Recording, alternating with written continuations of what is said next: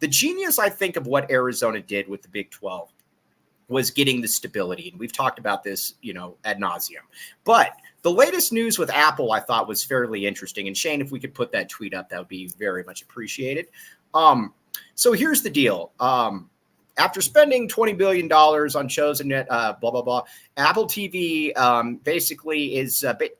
TV is basically saying that they're going to cut back significantly on their streaming and stuff like that because they just don't know exactly how it's going to work. And that was something that always made me a little uncomfortable. Saul, I totally agree with you that streaming has to be a very significant aspect of it. But this is why I would never felt comfortable about the 100% aspect to it. Apple is it's a different model. I wonder what Prime brings in. Prime's a little bit different just because of the amount of people on it. Because it's a dual platform. It's not just, movies and streaming. It's also, shopping. So that leads you from one to another. So there's a constant movement of information in front of your eyes when you're on the Amazon Prime app.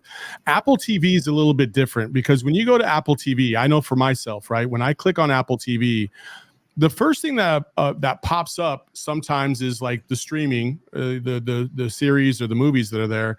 But there's also this other column of other things that they have to offer, and some of those things they're just telling you like, "Hey, this is live right now," and then it takes you to a different app completely. Right. Like if the Diamondbacks are playing and I click on the game, it'll take me to the MLB app, which is a bad business model. That makes no sense. You never take people away from your own app ever. Right. Why they do that is beyond me. That's the number one reason why Elon wanted to take away links on Twitter, because he didn't want people clicking on those links and getting out and not coming back. Right. And so that's just not a good business model.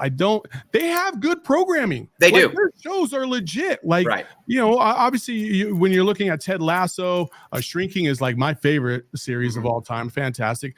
They had some things there that were fantastic, but man, you talk about just an epic failure for a company that usually gets it on the digital, in the digital space. You can see why there was hesitation, not to defend the Pac-12, but hesitation to completely go all in without getting a deal elsewhere, even though they were about to, because that was the last resort. Right. Especially, too, taking less, because if you remember, the Apple deal was essentially, I know you can get 31 million over here, but take 24 million here, and then you can get it on the back end as well. And I've got to give a lot of these presidents some credit here, because when they heard about we can get that on the back end, they've heard that before. They heard that with the Pac-12 media or the Pac-12 network, that you're going to be able to get it on the back end, all kinds of stuff like that. And it just never really materialized. I just thought that was interesting. It also leads me to believe, too, that make no mistake. And Saul, you know this stuff better than me because you're a tech savant. I am not. But streaming is obviously the wave of the future. But there's a happy middle ground right now that I think everybody is trying to figure out exactly what that is. And if that wasn't the case, the SEC and the Big Ten would have done 100% streaming at that point, if that was what they were looking at. So if they weren't going to do it, I don't know that the Pac-12 should have done it. I've always thought we're in like a weird middle ground with streaming, because it's we're not fully there yet with the constant buffering, because Wi-Fi in general just doesn't matter how good it is, it still can't support it, it's still inconsistent, and it's they aren't packaged yet. You don't really know what you're getting and how you're getting it. So but cables is archaic, quote unquote. So you just don't know. There's multiple factors here, right? When you're talking about streaming and Wi-Fi, like Shane just said, it's not just about that. It's about like the timeliness of it, right? My number one frustration with streaming is that if I'm on Twitter and I'm looking at something and somebody's watching the game either locally on like local broadcast television, which obviously there's no buffer, there's no delay outside of like the 7-second delay, or they are at the game itself.